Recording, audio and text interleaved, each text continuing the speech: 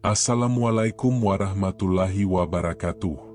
Wahai sahabat jejak langit, jiwa-jiwa yang diam-diam sedang berperang di dalam dada, yang tersenyum di luar namun menyimpan luka yang tak pernah benar-benar sembuh, semoga pada detik ini, Allah menurunkan rahmat-Nya yang lembut, yang menenangkan, yang perlahan membasuh segala kegelisahan yang selama ini tak pernah mampu kau ungkapkan kepada siapapun. Mungkin saat ini, engkau sedang berada di titik terendah dalam hidupmu, di mana langkah terasa berat, napas terasa sesak, dan dunia yang dulu terasa ramah, kini berubah menjadi tempat yang asing dan menekan. Engkau berjalan, tetapi seolah tanpa arah. Engkau berdoa, tetapi seolah tak didengar. Dan dalam kesunyian itu, ada satu pertanyaan yang terus berputar-putar di dalam kepalamu. Ya Allah, kenapa aku? Kenapa di saat aku berusaha taat, justru ujian datang bertubi-tubi? Kenapa di saat aku mulai mendekat, justru Engkau mengambil yang paling aku cintai? Kenapa di saat aku berharap, Engkau seakan menjauh? Sahabatku, jika pertanyaan itu pernah terlintas di hatimu, ketahuilah, engkau tidak sendirian. Banyak jiwa di luar sana yang juga sedang menangis dalam diam, yang juga sedang berjuang memahami takdir yang terasa begitu pahit. Namun, ada satu hal yang jarang kita sadari, bahwa rasa sakit yang kita alami bukan sepenuhnya berasal dari apa yang terjadi, tetapi dari bagaimana hati kita merespon apa yang terjadi. Disinilah letak sebuah rahasia besar, rahasia yang tidak banyak dibicarakan. Rahasia yang akan menentukan apakah musibah yang menimpamu akan menjadi jalan menuju cahaya, atau justru menjadi jurang yang menenggelamkanmu ke dalam kegelapan. Rahasia itu bernama ikhlas. Tetapi, tunggu dulu. Ikhlas yang akan kita bahas di sini, bukanlah ikhlas yang sering kita dengar di permukaan. Bukan sekadar, ya sudah, mau bagaimana lagi. Bukan sekadar menahan air mata sambil berkata, aku kuat. Tidak, ikhlas yang sesungguhnya, adalah sesuatu yang jauh lebih dalam, lebih sunyi, lebih menyakitkan, sekaligus lebih membebaskan. Ikhlas bukanlah tanda kelemahan. Ikhlas bukanlah bentuk menyerah. Dan ikhlas, sama sekali bukan kekalahan. Justru, ikhlas adalah puncak kekuatan jiwa. Sebuah kondisi di mana hati berhenti melawan, dan mulai memahami. Namun pertanyaannya, bagaimana mungkin seseorang bisa ikhlas ketika hatinya sedang hancur? Bagaimana mungkin seseorang bisa menerima ketika hidupnya baru saja diruntuhkan? Untuk menjawab pertanyaan inilah, kita akan melakukan sebuah perjalanan. Perjalanan yang bukan hanya melintasi ruang, tetapi juga menembus waktu. Menuju sebuah kota yang pernah menjadi pusat cahaya ilmu dan spiritualitas, kota Baghdad. Di sana, pada suatu masa yang penuh keberkahan, hiduplah seorang manusia agung, seorang wali besar, seorang pembimbing jiwa-jiwa yang tersesat. Abdul Qadir Al-Jailani. Beliau bukan hanya seorang ulama, tetapi seorang dokter hati, yang mampu melihat luka yang bahkan tidak disadari oleh pemiliknya sendiri. Di majelis beliau, berkumpul ribuan manusia, dari berbagai latar belakang, dari yang miskin hingga yang kaya, dari yang tenang hingga yang hatinya penuh badai. Dan di salah satu majelis itulah, terjadi sebuah peristiwa yang akan mengubah cara pandang kita tentang takdir selamanya. Sebuah kisah tentang seorang lelaki, yang hidupnya hancur dalam sekejap, yang kehilangan segalanya, dan yang datang dengan hati penuh kemarahan, penuh kekecewaan, bahkan hampir putus asa kepada Allah. Lelaki ini bukan orang biasa. Ia adalah seseorang yang selama ini dikenal saleh, rajin beribadah, dermawan, dicintai banyak orang. Namun, justru dialah yang diuji dengan cara yang paling menyakitkan. Dan di titik kehancuran itulah, ia berdiri di hadapan Sang Wali Allah, bukan untuk meminta nasihat, tetapi untuk menggugat takdir. Apa yang terjadi setelah itu, bukan hanya akan mengubah hidup lelaki itu, tetapi juga berpotensi mengubah hidupmu, jika engkau benar-benar mau mendengarnya dengan hati yang terbuka. Sahabatku, sebelum kita melangkah lebih jauh, izinkan aku bertanya satu hal kepadamu. Jika hari ini Allah mengambil sesuatu yang paling engkau cintai, apakah hatimu siap untuk tetap berkata, "Aku ridha ya Allah"?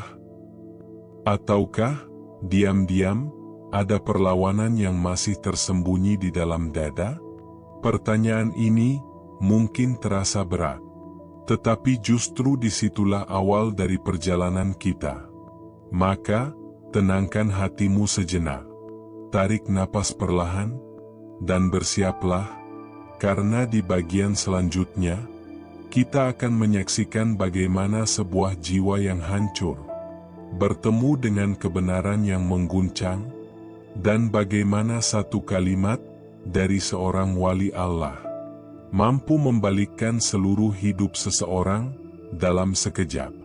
Tetaplah bersama, karena bisa jadi kisah ini adalah jawaban dari doa yang selama ini kau panjatkan dalam diam. Di kota Baghdad yang kala itu dipenuhi cahaya ilmu dan gemerlap perniagaan, hiduplah seorang lelaki yang namanya dikenal oleh banyak orang. Ia bukan sekadar pedagang biasa, ia adalah simbol kesuksesan, simbol kebaikan, sekaligus simbol kesalehan. Hartanya melimpah. Gudang-gudangnya penuh dengan barang dagangan dari berbagai negeri. Setiap hari, keluar masuk kafilah membawa keuntungan yang tak terhitung. Namun bukan itu yang membuatnya dihormati. Ia dikenal sebagai lelaki yang ringan tangan. Anak yatim tak pernah pulang dari rumahnya dengan tangan kosong. Fakir miskin menjadikannya tempat berharap. Masjid selalu menjadi saksi kehadirannya di saf terdepan. Orang-orang berkata, inilah contoh hamba yang diberkahi Allah, dunia dan akhirat ia genggam sekaligus. Seolah hidupnya sempurna. Seolah tak ada celah untuk kesedihan menyentuhnya. Namun, sahabatku, roda kehidupan tidak pernah diam. Dan takdir Allah seringkali datang dengan cara yang tidak pernah kita duga. Suatu malam, ketika langit Baghdad gelap tanpa bintang, angin bertiup lebih kencang dari biasanya. Dan dalam keheningan itu, takdir mulai bekerja. Api, ia muncul kecil, nyaris tak terlihat. Namun dalam waktu singkat, ia berubah menjadi kobaran yang melahap segalanya. Gudang-gudang milik sang pedagang, yang selama ini menjadi sumber kekayaannya, hangus tanpa sisa. Api itu tidak menyisakan harapan, tidak menyisakan kesempatan, hanya menyisakan abu dan kehampaan. Lelaki itu berdiri di depan puing-puing kehidupannya, dengan mata yang tak lagi mampu menangis. Namun, ujian itu belum selesai. Beberapa hari setelahnya, ketika luka kehilangan harta belum sempat sembuh, takdir kembali mengetuk. Kali ini lebih keras, lebih kejam. Wabah penyakit melanda keluarganya. Satu persatu, orang-orang yang paling ia cintai, jatuh sakit, dan tak pernah bangkit kembali. Istrinya, yang selama ini menjadi penenang jiwanya, pergi. Anak-anaknya, yang menjadi cahaya hidupnya, menyusul. Dalam hitungan hari, lelaki yang dulu dikelilingi cinta, kini duduk sendirian, dalam sunyi yang mencekam. Tak ada lagi suara tawa di rumahnya. Tak ada lagi yang menyambut kepulangannya. Yang tersisa, hanyalah kenangan, dan hati yang hancur berkeping-keping. Dari seorang yang dimuliakan, ia berubah menjadi seseorang yang bahkan tidak dikenali lagi. Pakainya lusuh, wajahnya pucat, langkahnya gontai, dan yang paling menyakitkan, hatinya mulai dipenuhi oleh sesuatu yang selama ini tidak pernah ia rasakan. Kekecewaan. Kepada siapa? Kepada takdir. Hari demi hari, ia mencoba bertahan. Namun semakin ia mencoba memahami, semakin dalam luka itu terasa. Hingga akhirnya, pada satu titik, kesabaran itu pecah. Ia tidak lagi mampu menahan gejolak di dalam dadanya. Dengan sisa tenaga yang ia miliki, ia melangkah menuju sebuah tempat di mana ribuan orang berkumpul untuk mencari jawaban atas kegelisahan mereka. Majelis ilmu yang dipimpin oleh seorang wali besar, Abdul Qadir Al-Jailani. Saat itu, majelis sedang berlangsung. Ribuan manusia duduk dengan khusyuk. Suasana hening, penuh ketenangan. Namun ketenangan itu tidak bertahan lama. Tiba-tiba, dari kejauhan, terdengar suara langkah yang tergesa. Lalu, seorang lelaki menerobos masuk. Pakainya kusut. Wajahnya basah oleh air mata. Napasnya terengah. Semua mata tertuju padanya. Ia tidak peduli. Ia terus berjalan, hingga mendekati pusat majelis. Dan tanpa aba-aba, tanpa rasa sungkan, ia berteriak, "Wahai Tuan Syekh!" Suara itu mengguncang ruangan. "Jelaskan kepadaku. Apa salahku?" Suasana mendadak berubah. "Kenapa Allah mengambil semuanya dariku? Bukankah aku telah taat? Bukankah aku telah bersedekah? Bukankah aku telah mengabdi kepadanya?" Air matanya jatuh tanpa henti. Lalu kenapa balasannya seperti ini? Di mana keadilannya? Di mana kasih sayangnya saat aku hancur seperti ini? Kata-kata itu tajam, penuh luka, dan berbahaya. Seluruh majelis terdiam. Tak ada yang berani berbicara. Sebagian menundukkan kepala, sebagian menahan napas, karena apa yang diucapkan lelaki itu adalah sesuatu yang mungkin juga pernah mereka rasakan, tetapi tidak pernah mereka berani ungkapkan. Ini bukan sekadar pertanyaan. Ini adalah gugatan terhadap takdir. Dan semua mata kini tertuju pada satu sosok, sang Syekh Abdul Qadir Al-Jailani. Beliau duduk dengan tenang, tidak marah, tidak tersinggung. Tatapannya lembut, namun dalam, seolah mampu menembus lapisan hati terdalam lelaki itu. Beliau tidak langsung menjawab. Beliau membiarkan keheningan itu berbicara. Membiarkan emosi lelaki itu mereda. Membiarkan setiap kata yang terlontar menggema di hati para hadirin. Beberapa saat kemudian, dengan suara yang tenang namun penuh wibawa, beliau akhirnya berbicara. "Wahai saudaraku," nada suaranya tidak menghakimi, tidak menyalahkan. Namun, ada sesuatu di dalamnya yang membuat hati siapapun yang mendengarnya bergetar. "Engkau merasa hancur, engkau merasa sakit, dan engkau merasa diperlakukan tidak adil oleh Allah." Beliau berhenti sejenak, lalu melanjutkan, "Ketahuilah, itu semua bukan karena hartamu hilang, bukan karena keluargamu wafat." Suasana semakin hening. "Namun karena ada sesuatu di dalam hatimu yang selama ini engkau cintai lebih dari Allah." Kalimat itu jatuh seperti petir. Dan sesuatu itu telah berubah menjadi berhala yang engkau sembah tanpa engkau sadari. Seluruh majelis seakan berhenti bernapas. Inilah diagnosis pertama. Bukan tentang kehilangan, tetapi tentang keterikatan.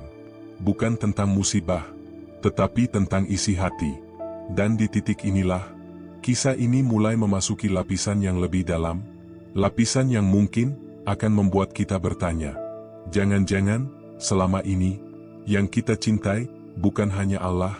Majelis itu masih diselimuti keheningan, namun kini bukan lagi hening yang kosong, melainkan hening yang syarat makna. Setiap kata yang keluar dari lisan sang Syekh terasa seperti membuka lapisan demi lapisan rahasia yang selama ini tersembunyi di dalam hati manusia. Abdul Qadir Al-Jailani kembali menatap lelaki itu.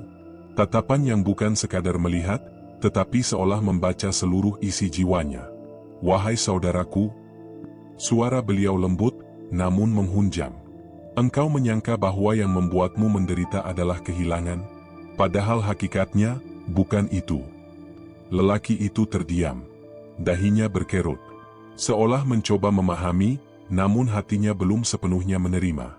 Sang Syekh melanjutkan, "Rasa sakit yang engkau rasakan bukan karena hartamu hilang, bukan karena keluargamu telah tiada, Beliau berhenti sejenak, lalu berkata dengan tegas, "Namun karena hatimu terikat kepada semua itu." Kalimat itu sederhana, tetapi menghancurkan benteng pemahaman yang selama ini kita bangun. Sahabatku, disinilah letak kesalahan terbesar manusia. Kita mengira bahwa penderitaan datang dari kehilangan, padahal penderitaan lahir dari keterikatan. Bayangkan ini, dua orang kehilangan sesuatu yang sama. Yang satu hancur, yang satu tetap tenang. Apa bedanya? Bukan pada apa yang hilang, tetapi pada seberapa kuat hatinya melekat pada yang hilang itu. Dan untuk menjelaskan hal ini, Abdul Qadir Al-Jailani memberikan sebuah perumpamaan yang begitu sederhana, namun sangat mengena. "Wahai Fulan, engkau ini seperti seorang tukang parkir." Beberapa orang di majelis mulai saling berpandangan.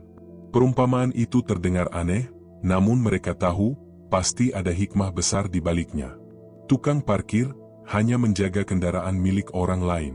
Ia tidak memiliki mobil itu, ia hanya dititipi untuk sementara waktu. Beliau menatap tajam ke arah lelaki itu. Ketika pemilik mobil datang, lalu mengambil kendaraannya kembali. Apakah tukang parkir itu marah? Lelaki itu terdiam. Apakah ia menangis, berteriak, dan berkata, "Ini milikku, jangan ambil"? Tidak, tentu tidak. Karena ia sadar, itu bukan miliknya. Begitulah engkau di hadapan Allah, lanjut sang syekh. Hartamu, keluargamu, bahkan dirimu sendiri, semuanya hanyalah titipan. Kalimat ini menusuk dalam. Sahabatku, selama ini kita hidup seolah-olah kita adalah pemilik, padahal kita hanyalah penjaga sementara. Kita memberi label, milikku, pada sesuatu yang sebenarnya bukan milik kita. Dan ketika sang pemilik mengambil kembali miliknya, kita merasa dirampok. Disinilah akar dari penderitaan itu lahir. Bukan dari kehilangan, tetapi dari ilusi kepemilikan. Dan ketika hati menolak kenyataan itu, maka lahirlah apa yang disebut oleh para arif sebagai neraka di dalam dada. Sang syekh melanjutkan dengan suara yang lebih dalam. Ketahuilah, penolakan terhadap takdir adalah api yang membakar jiwamu sendiri. Bukan api yang terlihat, tetapi api yang terasa. Api yang membuat dada sesak. Api yang membuat pikiran gelisah. Api yang membuat hidup terasa sempit, meskipun dunia terbuka lebar. Inilah neraka batin, kata beliau, yang tidak menunggu kematian, tetapi sudah menyala sejak di dunia. Majelis semakin sunyi. Beberapa orang mulai menundukkan kepala, karena mereka menyadari, mungkin selama ini mereka juga sedang membakar diri mereka sendiri, tanpa sadar. Lalu, Abdul Qadir Al-Jailani membawa penjelasan ini ke level yang lebih dalam. Dengan sebuah perumpamaan yang begitu ekstrim, namun sangat jujur. "Wahai saudaraku, jika engkau ingin bebas dari rasa sakit ini, maka jadilah seperti mayat." Beberapa orang terkejut. Mayat? Namun beliau melanjutkan, bayangkan seorang mayat yang sedang dimandikan. Apakah mayat itu protes ketika air dingin disiramkan ke tubuhnya? Apakah ia marah ketika tubuhnya dibolak-balik? Tidak. Mengapa? Karena ia sudah tidak memiliki kehendak. Ia pasrah total di tangan orang yang memandikannya. Inilah hakikat ikhlas, ujar beliau. Bukan sekadar menerima, tetapi tidak lagi memiliki perlawanan. Namun, jangan salah paham. Ini bukan berarti kita harus menjadi mati rasa. Bukan berarti kita tidak boleh sedih. Yang dimaksud adalah mematikan sesuatu yang selama ini menguasai kita, ego, nafsu, keakuan. Itulah sumber utama penderitaan. Selama kita masih merasa, aku, selama kita masih ingin mengatur segalanya sesuai kehendak kita, maka selama itu pula kita akan terus berbenturan dengan takdir. Dan setiap benturan itu akan melahirkan luka.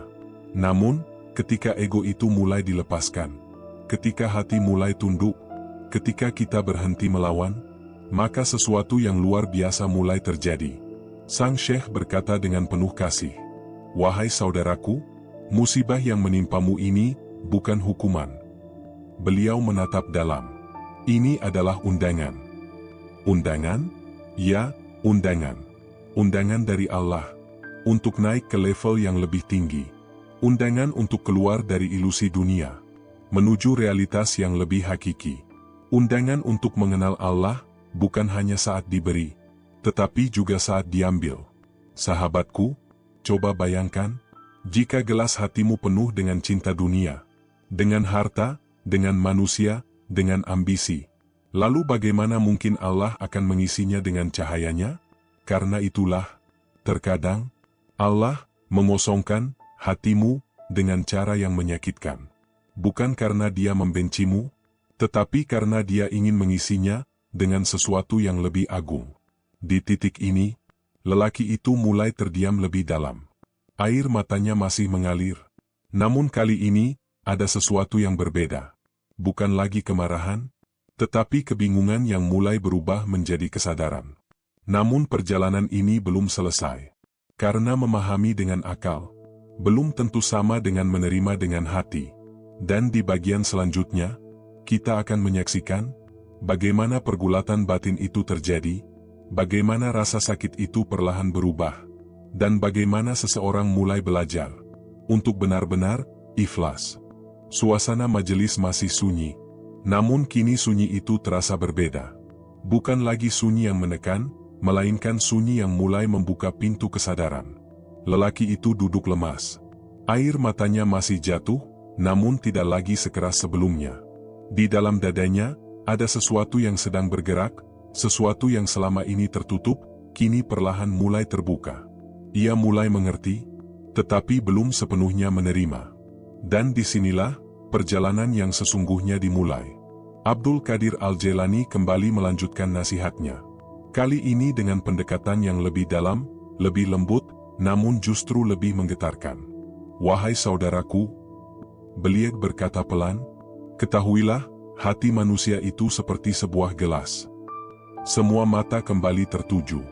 Jika gelas itu dipenuhi oleh air yang kotor, oleh lumpur, oleh kotoran, lalu engkau ingin mengisinya dengan air zam-zam yang suci, maka apa yang harus engkau lakukan terlebih dahulu? Lelaki itu terdiam. Jawabannya jelas, tetapi menyakitkan. Kau harus mengosongkannya, lanjut sang syekh. Dan bukan hanya itu, kau juga harus membersihkannya, menggosoknya, mencucinya, hingga benar-benar bersih. Beliau menatap dalam. Dan proses itulah yang sekarang sedang engkau alami. Seketika, lelaki itu menunduk. Dadanya terasa sesak. Namun kali ini bukan karena marah, melainkan karena mulai memahami. Sahabatku, seringkali kita ingin mendapatkan ketenangan, ingin mendapatkan kedekatan dengan Allah, ingin merasakan manisnya iman, tetapi kita lupa satu hal, hati kita masih penuh. Penuh dengan cinta dunia, penuh dengan keinginan, penuh dengan ketergantungan kepada selain Allah. Dan ketika Allah ingin mengisinya dengan cahaya, Dia harus terlebih dahulu mengosongkannya. Namun masalahnya, kita sudah terlanjur nyaman dengan isi yang kotor itu. Sehingga ketika Allah mulai membersihkannya, kita merasa disakiti. Padahal, itulah proses penyembuhan. Abdul Qadir Al-Jailani kemudian melanjutkan dengan membuka rahasia lain tentang struktur terdalam dari jiwa manusia. Ketahuilah, kata beliau, jiwa manusia itu memiliki lapisan. Lapisan pertama adalah nafsu amarah. Inilah bagian jiwa yang selalu menuntut, selalu ingin, selalu tidak puas. Ketika kehilangan, ia marah. Ketika gagal, ia memberontak. Ketika diuji, ia menyalahkan. Inilah suara yang paling keras, yang sering kita kira sebagai diri kita. Padahal sebenarnya, itu adalah bagian terendah dari jiwa kita. Lapisan kedua adalah nafsu lawwah. Disinilah kesadaran mulai muncul. Disinilah hati mulai bertanya, mulai menyesal, mulai mencari. Namun, ia masih bergejolak, masih naik turun, masih belum stabil. Dan lapisan terdalam adalah nafsu mutmainah. Jiwa yang tenang, jiwa yang ridha, jiwa yang tidak lagi bergantung pada dunia, karena ia sudah menemukan sesuatu yang jauh lebih besar. Allah, musibah, lanjut sang syekh, adalah alat. Alat? Ya, alat. Alat untuk menghancurkan lapisan luar, agar kita bisa masuk ke dalam lapisan terdalam. Namun, tanpa ilmu, tanpa kesadaran, kita akan terjebak di lapisan pertama, dan terus menderita. Di titik ini, lelaki itu mulai gemetar. Ia merasakan pergulatan besar di dalam dirinya. Akalnya mulai memahami bahwa semua ini adalah proses. Namun hatinya masih terasa berat, masih terasa sakit. Dan akhirnya, dengan suara yang lirih, ia bertanya, "Wahai Tuan Syekh, aku mulai mengerti, aku tahu aku harus ikhlas." Ia menarik napas panjang, tapi, bagaimana rasanya? Semua orang terdiam.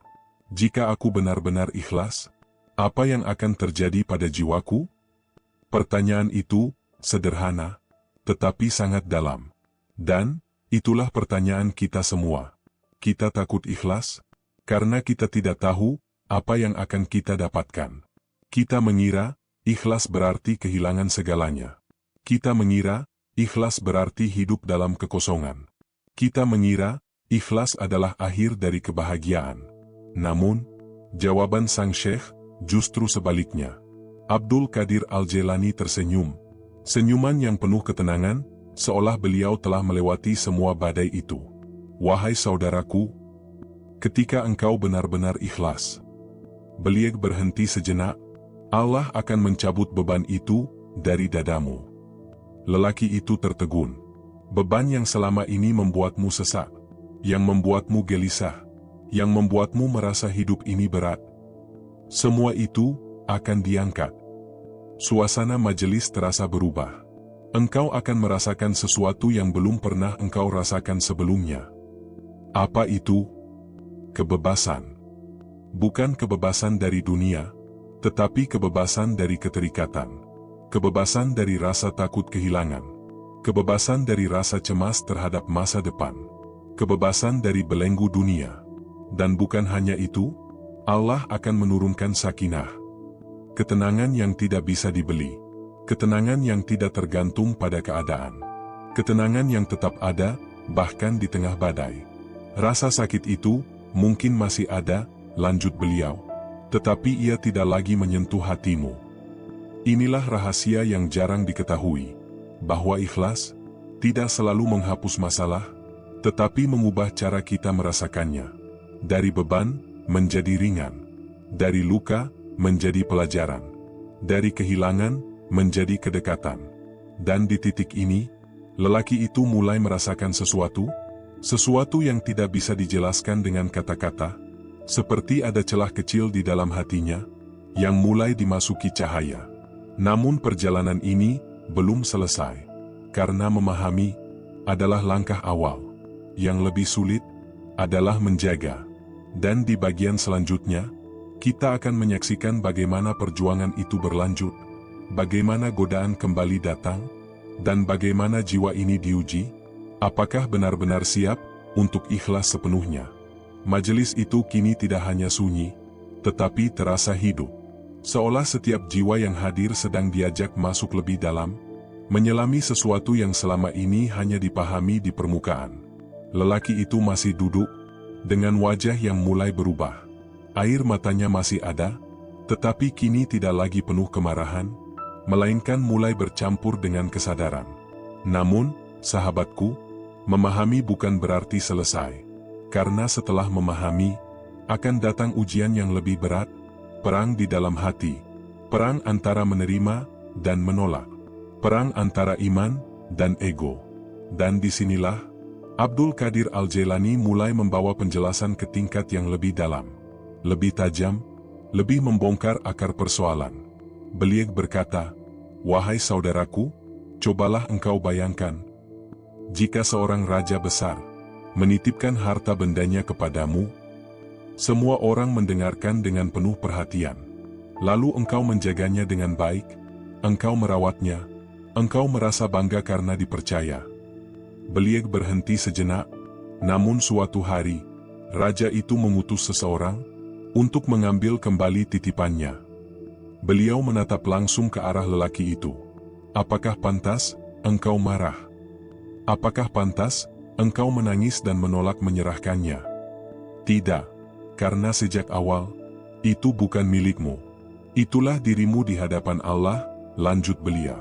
Semua yang ada padamu, hanyalah titipan. Harta, keluarga, kesehatan, bahkan nyawamu sendiri. Dan ketika sang pemilik mengambilnya kembali, itu bukan kezaliman, itu adalah haknya. Kalimat ini, perlahan mulai meruntuhkan sisa-sisa perlawanan di dalam hati lelaki itu. Namun, sang syekh tahu, akal bisa menerima, tetapi hati belum tentu tunduk. Karena itu, beliau menguatkannya dengan kisah. Kisah yang tidak sekadar cerita, tetapi teladan hidup dari seorang nabi, Ayub. Wahai saudaraku, ingatlah kisah Nabi Ayub. Seorang manusia yang diuji, bukan hanya sebagian, tetapi hampir seluruh hidupnya. Beliau dulunya kaya, memiliki harta berlimpah, keluarga yang banyak, dan tubuh yang sehat. Namun dalam sekejap, semuanya diambil. Hartanya musnah. Anak-anaknya wafat. Tubuhnya dipenuhi penyakit. Ia diusir, ditinggalkan, bahkan dijanghi oleh manusia. Namun, apa yang keluar dari lisannya? Apakah ia mengeluh? Apakah ia marah? Tidak.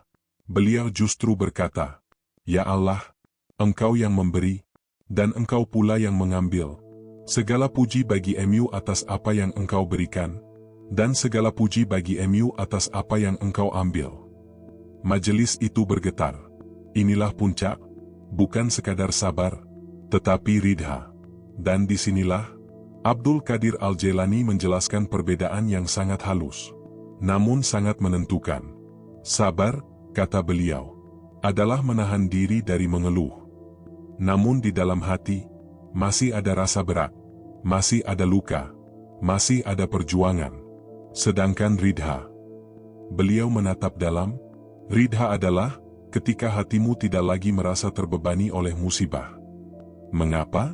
Karena fokusnya bukan lagi pada musibah, tetapi pada siapa yang memberi musibah itu. Jika yang memberi adalah Allah, maka apapun bentuknya, ia diterima dengan cinta. Sahabatku, disinilah rahasia besar itu berada.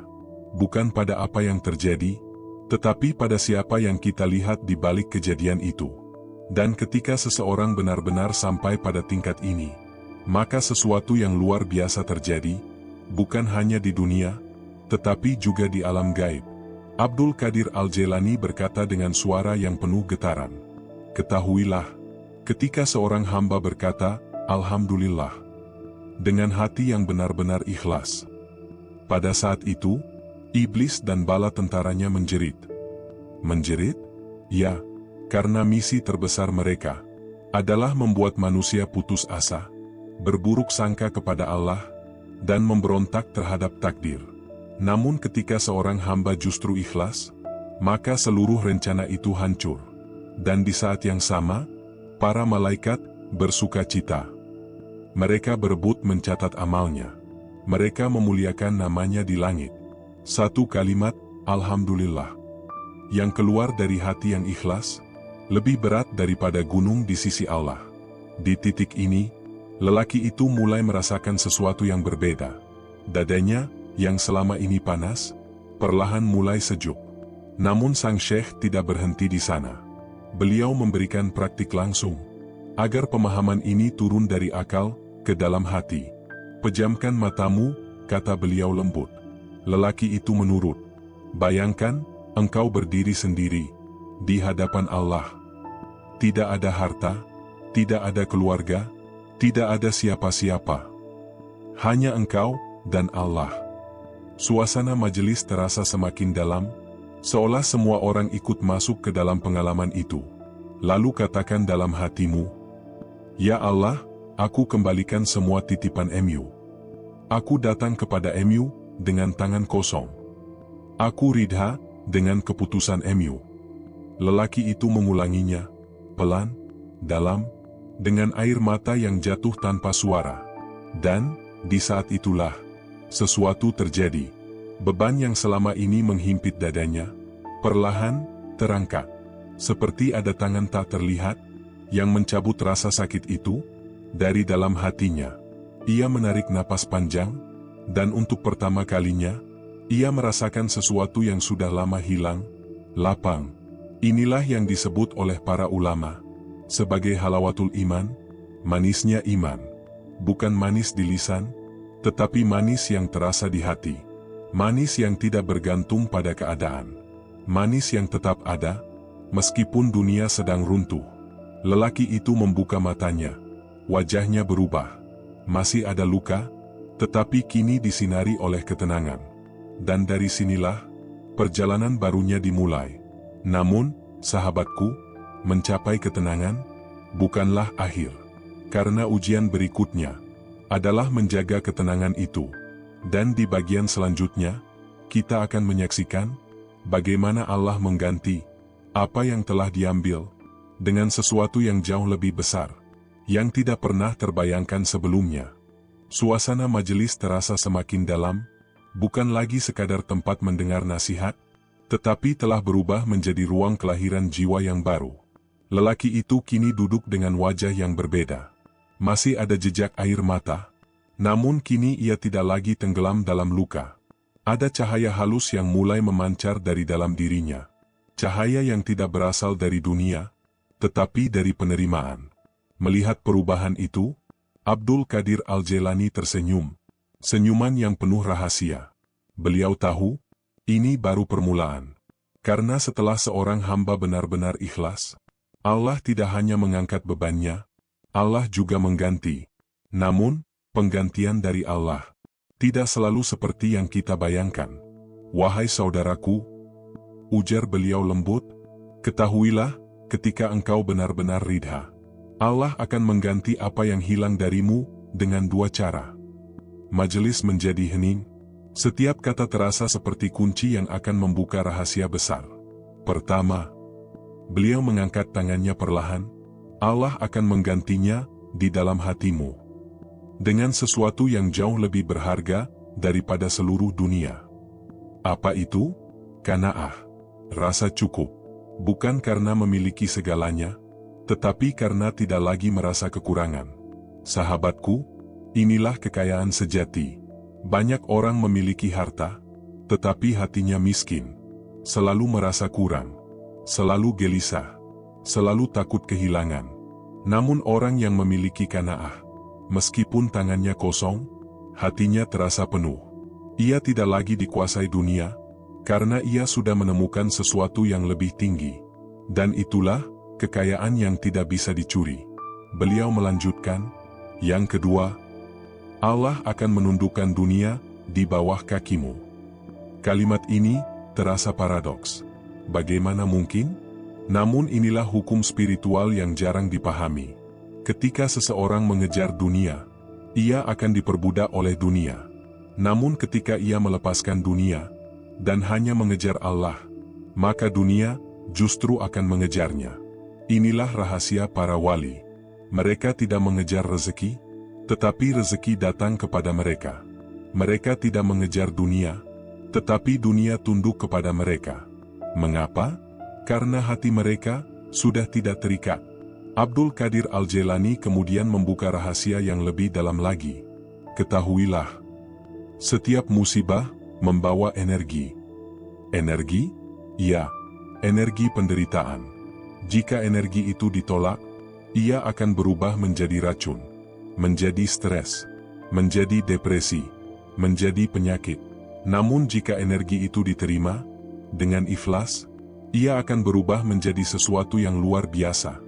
Bahan bakar spiritual. Beliau menyebutnya sebuah proses yang bisa kita pahami sebagai alkimia hati. Mengubah penderitaan menjadi kemuliaan. Mengubah luka menjadi cahaya. Mengubah kehilangan menjadi kedekatan dengan Allah. Dan di titik inilah, seorang hamba mulai naik, melewati batas-batas manusia biasa. Ia tidak lagi hidup di permukaan, tetapi di kedalaman. Dan dari sinilah, lahir para kekasih Allah, waliullah. Sahabatku, kisah ini tidak berhenti di majelis itu. Setelah pertemuan itu, lelaki yang dulu hancur, kembali ke kehidupannya. Namun, ia bukan lagi orang yang sama. Ia memulai dari nol. Ia bekerja di pasar, mengangkat barang, melakukan pekerjaan yang dulu mungkin tidak pernah ia bayangkan. Namun, ada sesuatu yang berbeda. Ia tidak lagi mengeluh. Ia tidak lagi merasa hina. Wajahnya selalu tersenyum. Lisannya selalu berzikir. Hatinya selalu tenang. Orang-orang mulai memperhatikannya. Ada sesuatu dalam dirinya yang tidak bisa dijelaskan. Ketenangan, kejujuran, ketulusan, dan perlahan, kepercayaan mulai datang. Orang-orang menitipkan barang kepadanya, memberinya amanah, mengangkatnya kembali tanpa ia meminta. Dalam waktu, usahanya berkembang, hartanya kembali, bahkan lebih besar dari sebelumnya. Namun, kali ini, hatinya tidak lagi terikat. Harta itu hanya di tangannya, bukan di hatinya. Ia memberi tanpa takut miskin. Ia membantu tanpa berharap balasan. Dan tanpa ia sadari, ia telah berubah dari seorang pedagang biasa menjadi seorang manusia yang dekat dengan Allah. Inilah transformasi sejati. Bukan sekadar dari miskin menjadi kaya, tetapi dari terikat menjadi bebas. Dari gelisah menjadi tenang. Dari hamba dunia menjadi hamba Allah. Dan inilah yang ditegaskan oleh firman Allah dalam Al-Quran. Dalam surah At-Taghabun ayat 11. Tidak ada suatu musibah pun yang menimpa seseorang kecuali dengan izin Allah. Dan barang siapa yang beriman kepada Allah, niscaya dia akan memberi petunjuk kepada hatinya. Ayat ini adalah jaminan bahwa ketika kita menerima, Allah akan membimbing. Bukan hanya keluar dari masalah, tetapi keluar dari kegelapan. Dan Rasulullah juga bersabda, sungguh menakjubkan urusan orang mukmin, semua urusannya adalah baik. Jika ia mendapat kesenangan, ia bersyukur, itu baik baginya. Jika ia mendapat musibah, ia bersabar, itu juga baik baginya. Inilah mindset sejati seorang mukmin. Tidak ada istilah rugi, tidak ada istilah gagal, karena semua bernilai kebaikan. Sahabatku, inilah puncak dari perjalanan ini, bahwa ikhlas bukan membuat kita kehilangan segalanya, tetapi membuat kita menemukan segalanya dalam bentuk yang lebih tinggi. Dan di titik ini, kita mulai menyadari bahwa selama ini yang kita anggap sebagai kehancuran ternyata adalah awal dari kebangkitan. Namun, perjalanan ini belum benar-benar selesai. Karena satu hal yang paling berbahaya bukanlah saat kita jatuh, tetapi saat kita sudah bangkit, lalu kehilangan kembali apa yang telah kita temukan. Dan di bagian terakhir nanti, kita akan mendapatkan kunci bagaimana menjaga keikhlasan itu agar tidak dicuri kembali oleh godaan yang halus namun mematikan. Wahai sahabat jejak langit, kita telah sampai di ujung perjalanan ini, bukan ujung dari cerita, tetapi awal dari kehidupan yang baru. Perjalanan yang tadi kita lalui bukan sekadar kisah seorang pedagang, bukan sekadar nasihat seorang wali, tetapi cermin dari apa yang sedang terjadi di dalam jiwa kita. Dan kini, pertanyaannya bukan lagi apa itu ikhlas, tetapi apakah kita siap untuk menjalaninya? Karena ilmu tanpa amal hanyalah beban baru di dalam hati. Dan disinilah Abdul Qadir Al-Jailani memberikan bekal terakhir, bekal yang sederhana, namun memiliki kekuatan luar biasa. Beliau berkata, wahai anakku, jika suatu hari dadamu terasa sempit, jika dunia terasa menghimpitmu, jika masalah datang bertubi-tubi, maka perbanyaklah mengucapkan, Hasbunallahu wa ni'mal wakil, ni'mal maula wa ni'man nasir. Cukuplah Allah menjadi penolong kami, dan Dia adalah sebaik-baik pelindung, sebaik-baik tempat bersandar, dan sebaik-baik penolong.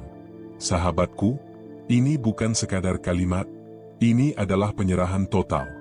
Bayangkan, engkau sedang membawa beban yang sangat berat, lalu engkau serahkan semua itu kepada Zat yang Maha Kuat, yang tidak pernah gagal, yang tidak pernah salah. Apa yang tersisa? Ketenangan. Karena engkau tahu bahwa urusanmu sudah dipegang oleh Yang Maha Sempurna. Dan inilah yang harus kita yakini dengan sepenuh hati, bahwa skenario Allah tidak pernah salah. Mungkin hari ini kita menangis, mungkin hari ini kita merasa hancur, tetapi suatu hari nanti, kita akan menoleh ke belakang, dan tersenyum, sambil berkata, "Ya Allah, ternyata Engkau menyelamatkanku, dengan cara yang dulu terasa menyakitkan." Sahabatku, musibah bukanlah hukuman, tetapi seringkali adalah rahmat, yang dibungkus dengan kemasan yang tidak kita sukai. Ia datang untuk membersihkan hati kita, untuk mengangkat derajat kita, untuk mendekatkan kita kepada Allah. Dan lihatlah teladan agung kita, Abdul Qadir Al-Jailani. Beliau tidak menjadi seorang wali dengan kehidupan yang mudah. Beliau ditempa dengan lapar, dengan kesendirian, dengan ujian yang berat, namun beliau lulus karena satu hal, ridha. Maka katakanlah pada dirimu hari ini, jika beliau bisa, maka aku juga bisa dengan pertolongan Allah. Karena musibah ini bukan untuk menghancurkanmu, tetapi untuk membesarkanmu. Dan sekarang, saya ingin mengajakmu melakukan sesuatu yang sederhana, namun bisa menjadi titik balik dalam hidupmu. Malam ini, saat dunia mulai sunyi, ambil selembar kertas dan sebuah pena. Tuliskan semua yang membebani hatimu, semua masalahmu, semua ketakutanmu, semua luka, dan semua nama yang pernah menyakitimu. Tuliskan, tanpa ditahan, sampai hatimu terasa lega. Lalu, bacalah, Bismillah. Dan, robeklah kertas itu. Atau, bakarlah hingga menjadi abu. Sambil engkau melakukannya, katakan dalam hatimu, "Ya Allah, sebagaimana hancurnya kertas ini, aku hancurkan juga keterikatanku pada semua ini. Aku serahkan semuanya kepada MU. Aku kosongkan hatiku hanya untuk MU." Rasakan bagaimana dadamu mulai ringan, bagaimana beban itu perlahan terangkat. Itulah tanda bahwa engkau mulai belajar untuk ikhlas. Setelah itu, buanglah sisa kertas itu sebagai simbol bahwa engkau telah membuang sampah batinmu. Dan mulai hari ini, jangan lagi engkau kembali ke sana. Jangan lagi engkau mengungkit luka yang sudah engkau lepaskan. Tataplah masa depan dengan satu keyakinan, husnuzan kepada Allah. Sahabatku, jika video ini menyentuh hatimu, jangan simpan sendiri. Bagikan kepada mereka yang sedang terluka. Karena bisa jadi, satu share darimu adalah jawaban doa bagi seseorang di luar sana yang hampir putus asa. Dan jangan lupa untuk terus bersama dalam perjalanan ini, karena masih banyak rahasia langit yang akan kita buka bersama. Tuliskan di kolom komentar sebuah kalimat yang akan menggetarkan langit. Aku ikhlas, aku ridha, aku siap menerima keajaiban Allah. Biarkan para malaikat mengaminkan kalimat itu. Terima kasih telah menemani perjalanan ini dari awal hingga akhir. Semoga kisah dan nasihat dari Abdul Qadir Al-Jailani menjadi pelita di jalan hidup kita yang gelap. Semoga Allah menjaga hati kita, menenangkan jiwa kita, dan menjadikan kita termasuk orang-orang yang ridha dan diridhainya. Wassalamualaikum warahmatullahi wabarakatuh.